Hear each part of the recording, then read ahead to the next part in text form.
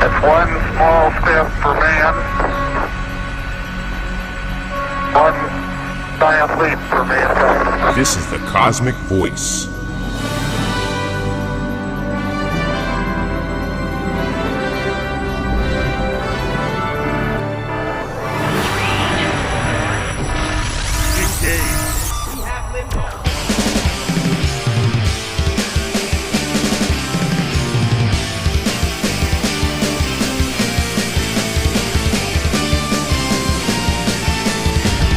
Cosmic Voice.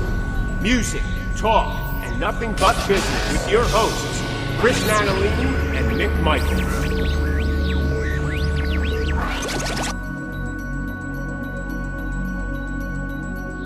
Hello, everyone, and welcome to the Cosmic Voice. This is Season 4, Episode 14. I am here with my co-host, Chris Nanolini. Hello. And I am Mick Michaels. Welcome back, everyone, to another show. Chris, how you doing, buddy? I'm doing great, Mick. Doing great. Since you and I record, we're always a little bit ahead, and it's a little early this morning that we're recording.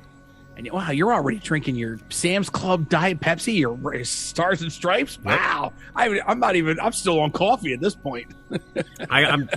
We normally record in the evening, so this is one of those rare occasions where schedules have gotten a little, conflicted. So we're doing an early morning. I usually start the morning out with some caffeine, and usually in the soda department.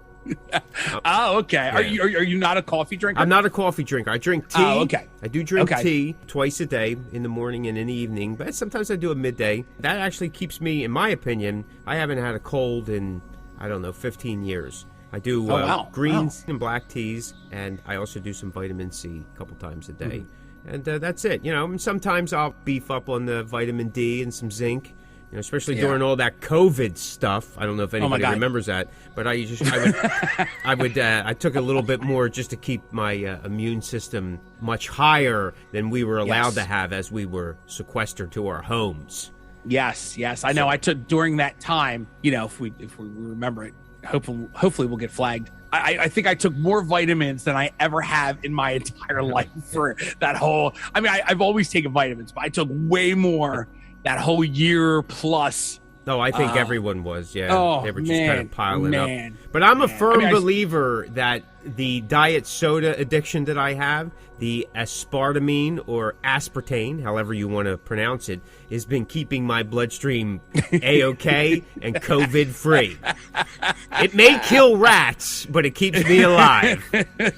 I'm like the Keith Richards of diet soda. Well, obviously with you, because you're a skinny little thing, obviously you're not diabetic, so no, definitely not self-inflicted. No, I could be with this, but I get that story all the time. It kills rats. Yeah, well, listen, a rat is maybe about 2.5 pounds. I'm not, and I actually talked to a couple of people. They said that the amounts of stuff that they put into a rat and that kills them is like I'd have to fall into a gigantic vat of diet soda. Ingested it through my eyeballs and nostrils and, finish that vat. So I'd be like SpongeBob. I'd be this big sponge, filling up. Then maybe I get it. But the way listen, it keeps the motors clean. You know what I'm saying? Listen, man, there was a very long time ago, there was a number of years that I was a total Coca-Cola drinker. Like, I was addicted. And they used to tell me all the time, it cleans car batteries and cleans blood off the street after an accident. And I'm like, whatever, man. I don't care. Like, so does water. Yeah, you know what I mean? Yeah, high-pressured water. They use it, and they add some sand to it, and it's, take off the crust at the bottom of a boat. So, listen, whatever. You know what? I'm going to die of something someday, so whatever. I'm going to enjoy it until I go. I don't do it. I know. Yeah, I know. Listen, if that's what's going to kill me, at least you're happy. Yeah, I don't know what to say. I don't know what to say. Right. At least I stayed out of prison. So, you know what I mean? I'm buying Stars and Stripes from the $1.25 store now. So, you know what I mean? Come on, what do you want me to do? Who knows what's in that stuff? Yes, I was going to say that too, and I didn't want to freak you out. No, listen, I know. I've read all the stuff. My wife sends me the links every week. That's why you can't hear, can't see, or, you don't know what you're... Yeah, that's it. That's part of it, I guess. If that's... Okay, there you go. It's not that we're moving towards 60 and a high rate. Yeah, right. And like the last 2 years have just sent me on a decline. Like you never, you can't. Yeah, believe, right. but Seriously, whatever. right? But anyway, listen, we're pushing forward with or without your diet soda. It doesn't matter. We're here. We're still alive. We're kicking. So tonight's topic, or this morning's topic, whenever you're listening. That's right. That's right. Can a band play too often or too much? Can they play the same venue too much? Can they play the same song too much? Do they play the same style too much? I mean, there's a lot of ways we can look at this. But can a band play too often? What do you think, buddy? You're out there. You're out there in the trenches. Well, so are you. This is my thing with this. I was thinking about it when you and I discussed what we were going to tackle this morning. Back in our day, there wasn't a thing of playing too much. There was, because bands played all the time and they played a lot of the same clubs. I mean, I know I did it. And, during that time, you could play on a Friday night and at midnight and the place would be packed. It was just how it was, crowd. Some places had their own crowd, built-in crowd, plus your fans.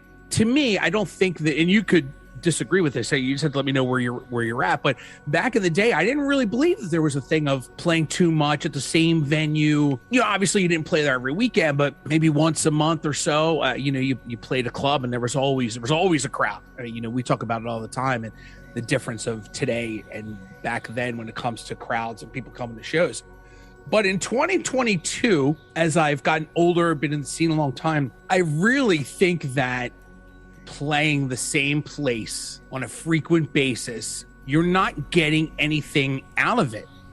I mean, except for the fact that you're honing your craft, you're getting to play live no matter who's in the crowd, you're playing with your band, you're tightening up the screws, you are just getting better at playing live. And in that aspect, then, it's if you're just doing shows to do those kind of things, you're not really worried about the people, then that's okay. But then on the other hand, you have to worry about if you're not bringing anybody, now you're affecting the club and its business. Now you're hurting everybody, right? Like if you keep playing the same place and you're not bringing people, then that club's maybe not going to book you, or maybe not even do, local original music. I mean, in this day and age, there is a big thing with tribute bands now. And, with you and I playing metal, it gets a little harder to play places. And when you're a metal original band and you keep going back to the well, I don't think that's very healthy for the band. That's just my personal opinion. But what are you gaining out of it? Playing the same place all the time. And I'm not going to say I'm not guilty of it, because there are places around where we are that I frequent, not as much as we were during COVID, because now we're trying to spread out a little bit. But after being off for so long, we got back into the swing of things. We were going back to the well, but that was just to hone our craft and kind of shake the rust off. But I don't think it's healthy for a band. I really don't. I think that it hurts everything. It hurts your band. It hurts the club, because people will go, oh, they're playing such and such a place this month. Oh, I'll go see them in 2 weeks at the same venue. And unfortunately, I see it all the time. And I don't necessarily think it's a great thing. I think it hurts a lot. It hurts the scene. It hurts the band. And what are you getting out of it? You're not getting anything out of it. And that's the part that bothers me the most. What are you doing? You and I have talked about it before. If you play a successful show or you have a successful new record or whatever, the follow-up is the most important. Well, if you play this killer show somewhere, what's your follow-up? And if you keep going back to the well, you're not following up. You know what I mean? And I know how you are on a business level too. That follow-up is super, super important. But if you keep just going back to the same place, you're not doing anything for your next step, the next level, Completely. First of all, what do you get out of it? I mean, there's a couple different points to that. Like, I mean, if you're playing, you're honing your craft. You're getting better. You're playing, of course. You're playing in front of a live crowd, or hopefully a live crowd, or a live crowd. And, you're getting better at what you're doing, your stage presence, your banter. And again, I guess if you're a young band, that's kind of important to do. You got to get that field time, so to speak. Yeah. Right? You need to get that. Now, when we were younger, I mean, we would play any and all gigs. Yep. Okay? I mean, and I think that's natural because, one, you're excited. You want to get out there. You're learning the ropes. So you'd be playing at all these crazy times, you know, even including the 1 a.m. stuff until you realize this is not really helping me because it doesn't work the same way as it once did. Especially if you're familiar with that. If you're not familiar with that, then it is kind of like the first time you do it, you're kind of like, oh, okay, you know, and then it doesn't happen and there's nothing there. So, but I think it's part of the learning ropes. I think everyone needs to do that. I think any new band goes through that process, unless you're like, you know, a collection of well-known musicians, artists, then you're not going to have that same issue. But as you're a forming band, new band, regardless of age for the individual members, I think that there's a piece of the puzzle to go through to see what you want, what you don't want, what works, what doesn't work. I mean, some bands like to play later. They don't want to be that early band. For a lot of different reasons. It could be, I can't get my bass player and drummer to be there at 7 o'clock. Right. But I can get them there at 9 o'clock. It's just a weird thing, you know? We would prefer to play the later time slot. Some people, I mean, there's still that stigma, the later the time slot, the more people are going to be at the venue. However, that's not necessarily the case. That has not been the case for a long time. Years ago, when you and I were young, yes. Because some people didn't go out until 8 o'clock, 9 o'clock. And the clubs kicked in at 10, 11, 12. Yeah. You know what I mean? They were there till closing. And some guys would, you know, bar hop. They would go to this venue to see a band, and then they would go to another venue down the street and see another band, because a lot of times there was like multiple bookings. And no one used to have a problem with that, because like you said, some of those venues had built-in crowds, and then those fans would follow along suit. Yeah. Now, going back a little bit, it wasn't uncommon for a band to play 2-3 nights, sometimes in a row, at a venue. You would book up. If you were good enough and the club liked you, the crowd seemed to respond, you could become a house band. That means you played there on the prime times, Thursday, Friday, Saturday, maybe even Sunday night, depending. A lot of Sunday nights that I remember were all ages at a lot of venues. Oh, yeah. You know what I mean? Yep. Because they wanted that allure to come in. You know what I mean? It was money. So it helped broaden some of the aspects. And it gave younger bands in age, you know, in the age bracket, an opportunity to play as well. Yeah. You know what I mean? Because I remember going to the Empire a lot on Sundays because it was at all ages. Oh, yeah. You know what I mean? Yep. Yeah. And they always had good shows. It wasn't like you were getting like crap stuff. It was all good shows. Here's an example. Let's go back to the Prince movie, Purple Rain, right? In mid-'80s. Hold that thought real quick, because I just want to make sure I get this out. I want people to understand that when you say that bands used to play like a Thursday, Friday, Saturday, Sunday, or Friday, Saturday, Sunday, we're talking original music. We're not talking like cover bands. We're talking original music. Maybe a band would throw some covers in. But back in the day when bands were doing that, it was all original. Oh, yeah. I mean, venues, you know, those, what we refer to as clubs, we still use that word clubs. It's really not that, it's not a relevant term the same way, but we use it because it's part of our vernacular. Right. You know what I mean? Man, look at that at early in the morning. See? Look at that. That's that diet soda, man. It just... It sparks things up. Words come in. Brain's I can't spell vernacular. I'm surprised I can actually pronounce it. It's Russ the Boss. This is Stephen Pearson from Rat, the Rat Bastard. You're listening to the Cosmick Voice. Let's go back to the movie Purple Rain. I can't remember the year. Maybe it was 84. I'm not even sure. 85. It sounds about right, I think. Yeah, something like that. I can't remember. But that showed a large venue in a city that had 2 or 3 major bands that played. And it was harder for other bands to break in because they were the house bands. And they would pack the night. They would rehearse all week, and they would play maybe Friday and Saturday. They'd do 2 shows, and it was a battle of who was going to be that headliner. Right. And that wasn't uncommon. No. I mean, that wasn't really a stretch from the scene. Now, maybe the drama and stuff, I don't know. And maybe that does exist, too. I don't know. But now they call it a residency. Right. Oh, right? Yeah. So... Can a band play over and over? Yeah, well, sure. I mean, they've been doing residencies forever, right? You know, I mean, Elvis did it, and people are doing it now in Vegas all the time. Why? People go, well, you know, it makes sense because there's a constant changeover of the audience. Right. And the artists don't have to leave. There's no travel involved. They literally, you know, they stay there for as long as they can, or, you know, they go home for a couple days. So, yeah. Yeah, I mean, Kiss was going to do one, and they didn't do one. I don't know if they're going to go back to doing it, but, I mean, sometimes it's a month. I mean, Donnie and Marie did, 2-year residency, and, and the payday is, like you said, it's amazing. It allows you to play in one spot, and you can do other things if you need to, because the traveling really does take a toll on you. But, I mean, it works. I mean, all these names are doing it nowadays. And, again, we're looking at it at a much higher level than the regular artist. The issue that we're running into today is there is no built-in crowds. There is no audience that goes out in mass numbers like they used to. People don't follow bands the same way in the live setting as they did years ago, where people now, it's like you follow a band, it's all online. Right. When people go, oh, yeah, I follow a band.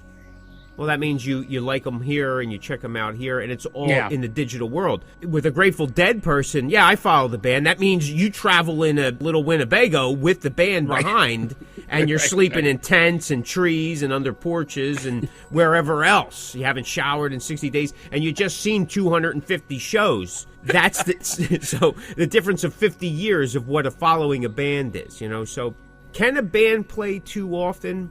Well, here's another story. When Tesla got signed for their first album, their manager forbade them from playing out the first 6 months after the album was released. Modern Day Cowboy was released. It was being played on the radio. It started to kind of move up the charts. These guys were Jones in the play. They all had to keep their regular jobs, crappy blue-collar jobs. Yeah. And it was like they were going nuts, and guys were like, oh, you're on the radio, but your band isn't going anywhere. You're not doing anything. Because they wanted to kind of pull the plug and get people excited. I understand the thinking. It's tough for a young artist to look at that, say, well, I'm on the radio, I should be out playing. They didn't want them to just, because if they could go to a regular club or a regular bar or venue that's just so they could play a gig, they're going to lose that excitement. So they wound up holding out for 6 months, and then they got a big tour, and they just exploded from there. Oh, wow. So there was some business to that. That's kind of smart, right? Yeah. So they made them disappear, let the album kind of really generate a buzz. The single, the video, because the video was being played in constant rotation on MTV at that time, got the audience and the industry excited enough then that they just, I mean, there were some smart things. Again, doubling back, would that work for a local band? I don't know. I'm going to venture to say probably not. Because, again, how people relate to bands now or how they interact with bands. I mean, there's such a divide. They talk about social media has, kind of gotten rid of that divide between the major acts and everybody else and the fan. Your favorite star is only a click away, and, people have, made connections with them and all that. Well, yes and no, right?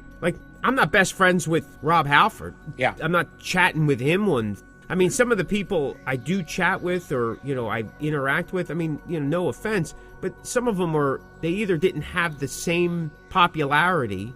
Right. Or they never reached a certain plateau or, what I mean? I'm trying not to say anything derogatory in any way, but I think you understand what I'm trying to say. Like Nikki Sixx isn't my best buddy. I can't just make a couple calls and all of a sudden I'm talking to Nikki Sixx. It doesn't work like that. Though I tried it with Paul Stanley several times. It just doesn't seem... He just won't pick up the phone. You are listening to The Cosmic Voice with your hosts, Chris Natalini and Mick Michaels.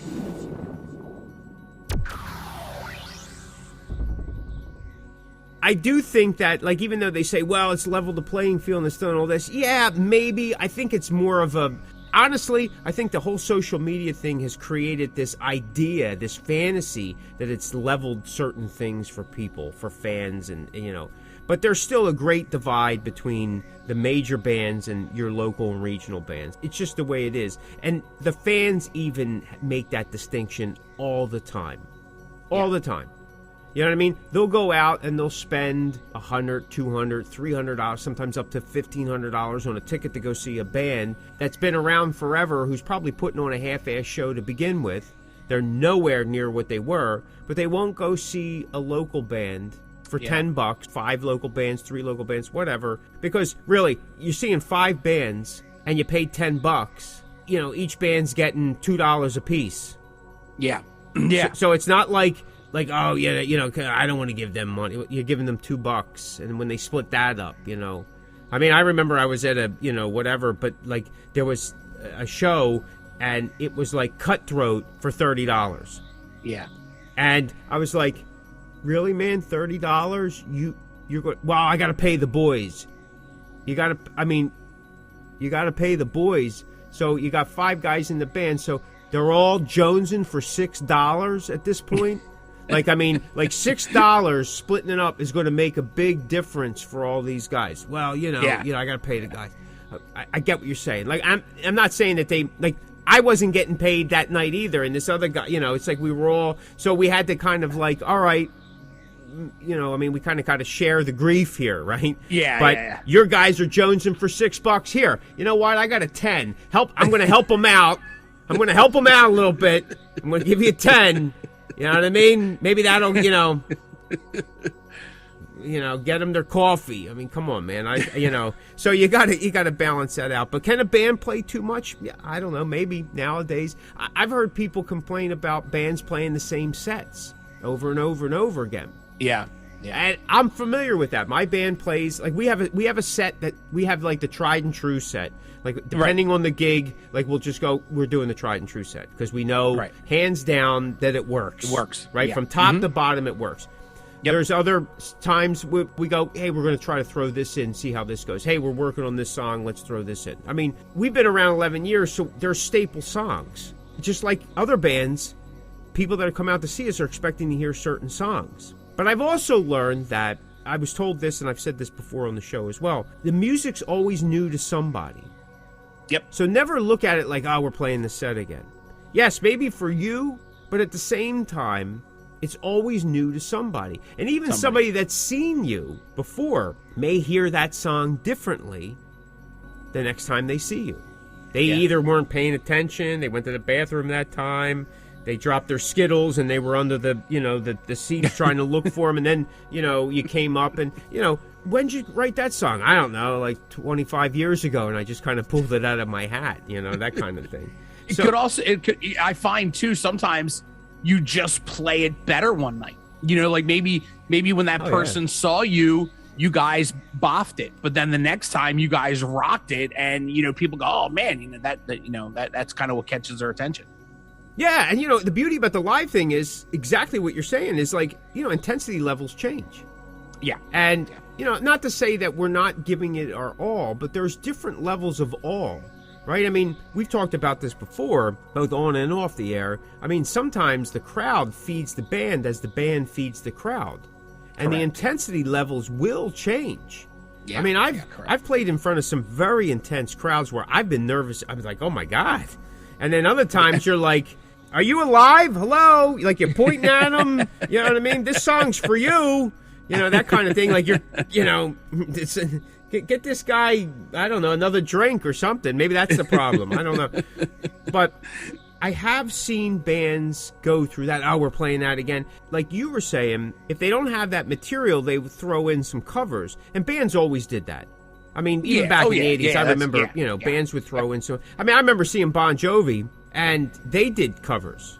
Yeah. It's one of those things that just, when you're doing well, it binds people together. It's kind of exciting. You see your favorite artist do a really cool version of another song. But they also have a captivated audience at that point, right? Yeah. So people are buying it hook, line, and sinker. It's not like they're opening up with a cover. They kind of cram it in mid-show as they bookend their own stuff. Yeah. But I've been with bands, and we've done, multiple, shows together where every time we seen them, say we played with them for a month and we did 5 or 6 shows. So we did these mini excursions, and their set was different every time because they're like, oh, we need more covers. One set was more covers than the original stuff. And I understand as you're trying to change up, keep the juices flowing. However, if you're playing different markets, that market wasn't privy to the set before. So it's not like, oh, they're playing this again. Type of thing, right? So, in my opinion, if you're an original band, you should be pushing your originals over and over and over again because it's key. we talked about this before, if you're short on originals, well, then covers that kind of reflect your sound and style is probably the way to go. I mean, I've been with some bands where it's like their covers were all over the place, and I know, there's that obscurity that you're looking for, like, oh, we can take, this and do it this way, ever since Marilyn Manson did the Eurythmics song, everybody's figures, well, I could take a pop song and, gotta have faith and all that, and then make it, well, okay, maybe one time it's kind of cool, but then, like, if that's all you're doing, then just have a YouTube channel. Yeah. And, you do, odd stuff. I don't know, man. I would love the idea of having a residency or being the house band to some degree. I don't look at it maybe not for years on or even like a months on, maybe a month or two, because there's some things that could be honed there. But again, it really comes down to, do you have that crowd to do it? And I really feel that most local and regional bands don't have that nowadays, because it's a different, who goes out? People went out very little in those cases prior to COVID. It's pretty much back to where it was before COVID. Yeah. People are back to, like, it's, they come and they go and they decide, things are open, I'll go tomorrow or whatever. It's kind of like your trash. If you get it picked up on Tuesdays and Fridays, and Tuesday you miss and you go, just put it all out Friday. That's always my fear. Like, you keep playing the same place all the time and somebody goes, I'll just see them next time. Well, to me, like, that's not what you want to do. You want to make people come and see you, and I don't mean that like threaten with their lives. I mean more like, oh man, you guys are playing. Oh, I'm definitely coming out, because you don't play there often, or maybe you play there every 6 or 7 months. And, if you play there every week or, at least once a month, people just go, I'll wait till next time. You had mentioned Tesla, which is a perfect example of that. Different level, but the idea is the same. You want people to crave to see you. And if you're playing the same club all the time, people are just going to wait till next time. Oh, yeah. Absolutely. Now, look, there are, there's those, and again, I know they're covers, okay? But you get those acoustic acts that will be at a restaurant or whatever, or some type of public place, and they'll play. And they may play every Friday night, every Saturday night, whatever. They have to play for a couple hours. They're entertaining the crowd, but they're not the center of the focus. They're like background music. Right. It's like a live jukebox. And I've seen guys like that several times. There's several restaurants will have the same person, come out. Billy Joel did that. That's where he got the whole Piano Man thing, right? You go and you play. But again, for the most part, you're playing cover songs so that people can relate to them. You hear the Beatles and the Stones and, the Carpenters or whatever the case. It's not the same for original bands. It's not the same for original metal bands either.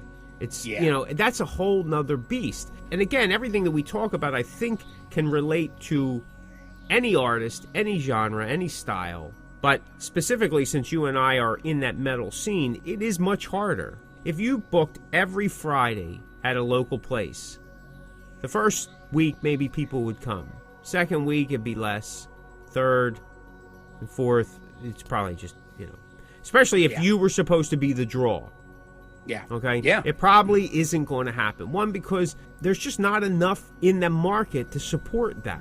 Now, maybe if you were playing New York and you could space yourself out, but you're still playing New York, right, it may work. Now, years ago, we did a 4-night run in New York, but we played, New York's big enough that you could play it really is. You go 2 blocks and it's a whole different world. It worked that way. And we did that for LA too, even though there is still a stigma with certain clubs out there that they don't want you to play, within a certain mile radius, within a certain time frame. And I know at one point in the early 2000s to like 2010, 2012, there were a lot of venues still adhering to that. Yeah. Oh yeah. Yeah. There's still some now. Even in our area, I know for a fact there's certain clubs, they don't want you to play a club in the same, within X amount of radius miles. Yeah. And I don't really know if that's so much It really has nothing to do with the oversaturation of the band and their music and the brand. Let's call it for what it is. They just don't want to infringe upon their opportunity to make money. It has nothing to do with the band. No, that is correct. Right? So if I played a club that was 5 miles away apart from the other club, a week apart, would that really affect me? No, I don't know. Not really. I don't think so. Because, again, if one is, town A and the other one's town B and they're only 5 miles apart, well, on paper, it makes sense because I'm playing here and I'm playing here. 2 different towns. Yeah, it's only 5 miles apart. So what's the difference between 5 miles apart and 10 miles apart? Right. Today, nothing. Because you'll have business analysis that will say most people that join a gym live within 2 miles of that gym. Most people that would go to a martial arts school are usually a mile within that martial arts school because they don't want to travel that far. That's why there's supermarkets in most little communities. That's why people also go nuts and they go, oh my God, I got to drive an extra 2 minutes to the supermarket now because they just moved, the mom and pop place just disappeared and now it's a big box store. It drives people nuts because their mentality is I'm only going to go. So local bars are able to stay up and running because within a block radius is usually their core customer base. Right. Because they can come down their one-room apartment and walk right to the bar, cash their check, have a meal, get drunk, hear a song, watch the news, and then go back up to their one-room apartment. Right. All walking, right? I mean, I'm not, saying anything bad. I'm just telling you that's kind of statistically, that's how neighborhood bars survive. Yeah. And in today's market, most of those neighborhood bars are where bands play now. Yeah. The next thing is strip mall bars that kind of pride themselves with the new term, like, we're an entertainment venue. Right. I get it, because they have a little bit more of the space. There's a traffic pattern outside. That means there's a parking lot. Parking's easy. So, a lot of those local venues, local watering holes, parking's the biggest issue, isn't it? Oh, 1,000%. I mean, there are so many times now, me and my band will book a gig, and the one thing we talk about is, okay, the cool thing about playing Club A, plenty of parking, easy to get to, right off the highway, et cetera, et cetera. We've played a big from Philly, too, like you and I are. Playing Philly is the worst, because depending on the venue, but there is nowhere to park. It is so hard to get somewhere, especially when you're in town, like when you're in Center City. Forget about it. It's such a nightmare. Even if you go to, the big venues, like one of the big venues here in Philly is the TLA, and it's so hard to get to. There's traffic, no parking. That is a big issue. Unfortunately, sometimes when my band plays a place, that may be my selling point. Go, hey, come out to Club A, man. You'll love it. It's they got great food. It's cheap drinks. There's plenty of parking. It's easy to get to. Instead of just going, hey, my band's playing Saturday night. You know what I mean? I got to build on that with stuff that makes it more interesting for people. You go, I'm playing Philly on South Street, and everybody goes, oh, God, there's no place to park, or it's expensive to park, whatever it is. But then you go, well, I'm playing an entertainment place, like you said, at a strip mall. Plenty of parking, easy to get to, food's good, drinks are good. It's a killer little club. It's clean, bathrooms are nice. Like, you got to sell. You're basically selling the club more than you're selling the band. Yeah, absolutely. It has to be a matter of convenience now for the audience. Yeah. You can't even call it fan base. It's because your fan base nowadays is all strictly online. That's it. Fan base. Yeah. Okay? Your audience is that local niche wherever you go, right? So even if you're playing out of state, you're really counting on whatever that local section is, because people from your home base, like people from Philly, aren't traveling to New York to see you. Right. Now, we've had that. I mean, we've had some people that have, I have too. It happens. But in the most part, if you're playing in the middle of Ohio, people from Philadelphia aren't driving out there to see that show, right? So you are counting on, and somebody's going to say, well, then your numbers need to show that you have an audience in there. Well, listen, it doesn't work like that anymore. Like, if you go back in the old days, okay, and I'm going to just say the old days, let's just pretend like it was the 60s and 70s, even early 80s. You built a fan base. Because everybody now, again, everything's centered around social media and the internet, which is all BS to begin with. Right. Because it doesn't matter. Remember a couple years ago, prior COVID, there was that band, that guy who was booking this European tour, and he was giving all these outrageous numbers to the venues and stuff so he could be booked a headline. They were pre-selling. And then there was no one coming, you know what I mean? I don't remember the whole story, but it was just, listen, I've talked about this before. What the guy did was wrong. I get it. It was just misleading, and that's the worst thing you can do, especially as an artist. But business-wise, on paper, this guy was making it look like some of these other people to give himself a shot. I get it. I got to give it to his ingenuity. If he took it and put it in the right perspective, maybe some more could have happened to it. I don't know. Anyway, back to the thing. When Kiss hit the road in the 70s, they were playing everywhere and anywhere. They were building a following. They weren't selling any records, but they were building a following. Most people were like, who are these guys? You know what I mean? Even the headliners weren't even sure who these guys were. Anything, So when we go out on the road, now, here's the thing. When we go out on the road now, it's usually more of a controlled environment. That means we're being asked to come out, or we're building, some stuff at some territory where we know things are going to happen. But that's because we've been at this band's been at this for 11 years. So it's a little different. When we used to do it before, it was like potluck. Like, we're like, hey, we're taking the show on the road. We're seeing if we can connect with new people. So we went into markets where they didn't know us. We didn't know them. We're learning, as we go along. Some were fantastic. Others were complete and utter disasters. Yeah. You know what I mean? I mean, not everything was a home run. In my opinion, for a band, if you're looking to take that to the next level, and because we're still using part of that old model, it's like get out and get to the people. Bring the music to them. Because remember, prior to 2000, the internet wasn't what people did. Right. I mean, it was there. I get it. But people are basing the model now on, well, you got to have the numbers, you got to, what's your social status here? And well, that's not, because they're not true. They're not real. Especially now. I mean, Facebook has even been running ads. Like, you can buy numbers. Yep. And they're calling it homegrown, legitimate numbers. Well, yeah, but I'm still paying for them. Like, I'm giving you money, and you get so many people to like my stuff. So none of the numbers are real anymore. Right. Unless you got low numbers. Or look at a couple of my videos in recent years. The numbers are real low. They're homegrown for sure. That Miracle Grow ain't working. I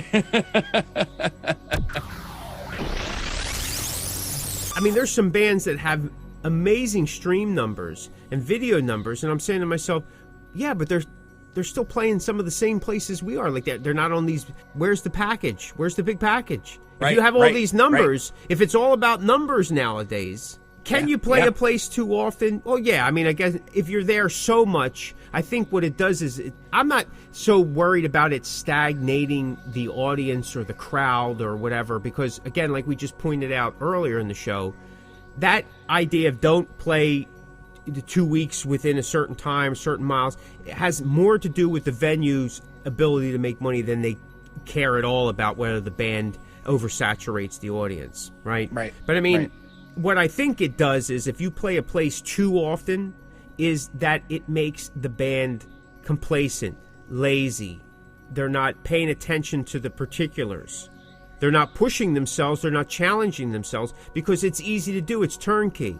We show up, we play, we go home. There's no challenge to it. There's no urgency. And honestly, this band, we did that. We got excited about one place. We played it 8-9 times a year. Yeah. And that's a lot. Yeah. Then I didn't see it, but then all of a sudden, like one night I'm like, we got to stop this. Like, what am I thinking? Like, yeah, it's exciting. We were able to bring people in, but it's like we're not doing anything for ourselves. That's right. Right? I mean, each time we come here, we're making the venue money. We get a little money in our pocket, but I'd rather take it on the road if I'm going to lose than at least I'm losing taking a shot. And that's 100%. That's when I started changing some of the model and stuff like that. Listen, I don't think playing this place in terms of like, if you played it, even if you played it once a month is going to kill. Because if you're playing it with different bands and your different time slots and sometimes change stuff up, we've done this as well with my band. It's like we'll play a night with, we're the heaviest metal band. Yeah. And some people are like, we're in Sanctuary, super heavy. I don't know. Yeah, well, I mean, if you're playing with rock bands or like a glam band, well, then we're a heavy metal band. Yeah. And then we played with places where we're the light guys. Hey, well, you guys playing pop? Yeah. What are you, Journey? Yeah, we're Journey. You know what I mean? So, and we've done stuff with where we've been in mixed genres, right? You and I are doing a show where coming up, it's a benefit. And by the time this airs, that benefit will be long gone. And I guess, a different government will be in place, but it's a mixed genre. Yeah, because it is a benefit. Because it's a benefit. Yeah, and you're going to get different crowds. I mean, listen, I'm not going to drop names because it sounds so gaudy, but we've played with certain larger national acts, and people go, "Why are you doing that?" It doesn't, because it's a whole new crowd, man. And if you have enough material, you can kind of swap up your set a little bit. You can make it heavier. You can make it a little lighter. You play to the crowd. But I'm telling you, man, those ones that were, say, a little out of scope for what we normally do have always been some fantastic shows. Every single time. Not to say that the other ones haven't. I mean, because they have. And then there's shows that you thought that would have really kind of hit hard, and they didn't. So, I think if you're going to play, challenge yourself, challenge your music, because if you play in front of the same crowd all the time, how do you really know that your music is universal? And I'm doing the quote unquote. Right. Okay? Are you seeing that? Are you feeling it? My fingers are going like rabbit ears up and down. Do you hear the wind in the mic? Do you hear the wind in the mic? Quote unquote. But if you challenge, I mean, listen, let your ego go for a second and say, hey, listen, let's see how this works. Let's see how it works here. Let's see how it works here. Try it overseas where you're not sure what's going to happen. Yeah, you got a little bit of interest. Your numbers, I'm doing the thing again. Your numbers show something, but really, do you know for sure? No, you don't. Numbers could be anything. Yeah. Nowadays, numbers could be anything. And most of the time, those numbers don't generate any money. Yeah. And if that was the case, every artist would be making millions of dollars on Spotify. And only a small percentage do. Yeah. Or those people with, with a million views on their... most of them have regular jobs. Yeah. So so those numbers don't tell you the truth like they used to. They're not necessarily... And there's all that talk about, you got to take those numbers and you got to translate them into sales. And well, again, that doesn't happen either. How are you going to do that when you could basically steal everything? True. And even if you can't download it from an illegal site, if you're doing distribution packages, YouTube is a staple now. YouTube Music. Your music's out there. Whether you picked it or not, it's out there. And they have enough freeware, ripping software, people do it. So so you can't do that. Get in your van, take a shot. That's the only reason I think playing, unless somebody offers you big money to be the house band or a residency, I would suggest that you take it. Why not? Right. Why not? Why not? Exactly. Right. You know what I mean? Like, I never could understand these guys that are on a hit show and then they get so full of themselves after the third, fourth season, and they go, I want to go do movies. And they don't. I know. And I see it all the time. Right, yeah. So if you get the opportunity as an artist, take it. But in the meantime, get out there. Take a shot. If you're going to play and you want to play often, then play out on the road. And again, your failure is your failure, but that failure could be, if you look at it that way, if you look at it as it's purely a failure, well, then you're not learning anything from it. A failure is just another step to success. Man, I could write the book on failure. I'm still writing the book. I know I got a few more chapters. And they're definitely, and the big ones are coming. The climax is yet to, the other shoe is still waiting to drop. So, I mean, but if you don't challenge yourself because of that fear of failure, you're not going to get anywhere. And as an artist, especially today, because of the oversaturation, because of these fake numbers, because everything is socially interactive online, not in real life, man. It's not the same. It's definitely not the same. Yep. But I'll tell you, you want to make a big impact, you got to get out there and you got to do it live. And if it means playing and playing often, then I say do it. And if the venue won't let you do it, go to another venue. And if that venue don't, keep going. There's plenty of places out there. Places open, places close. Before, during, and after COVID. That's kind of the way of the world. Yep, it's been happening for years. A major venue in Philadelphia recently reopened after being closed for how many years? Almost 4 years? Maybe even more than that? But it's changed hands so many times in the last 40 years. Yep. And there's been some big names that have come through there.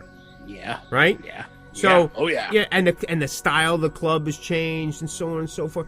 Listen, it happens. New blood's always coming in. Old blood's always going out. Yep. So play, man. Play till your heart's content. And if not, you know what I mean? Just keep playing online. Play.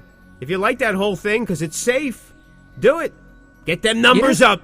Here, I'm doing it again. Right. Get those numbers. It's almost my Nixon. You know what I mean? What do you think, man? You got anything else you want to add? No, man. Nope. I said all of that. I said all I needed to say. Honestly, I'm not sure we actually answered the question, can a band play too much? Because we were off into Purple Rain and Elvis and, you know, I think we did. Nixon. I think we did. Okay. I think we did. All right. Well, I hope they did too. If you like that, check out some of our other content at www.thecosmicvoice.com. Step into the Cosmic Verse and fill that void. Thanks so much for listening. This is the Cosmic Voice. Be sure to check us out at thecosmicvoice.com. Like and follow us on Facebook at The Cosmic Voice.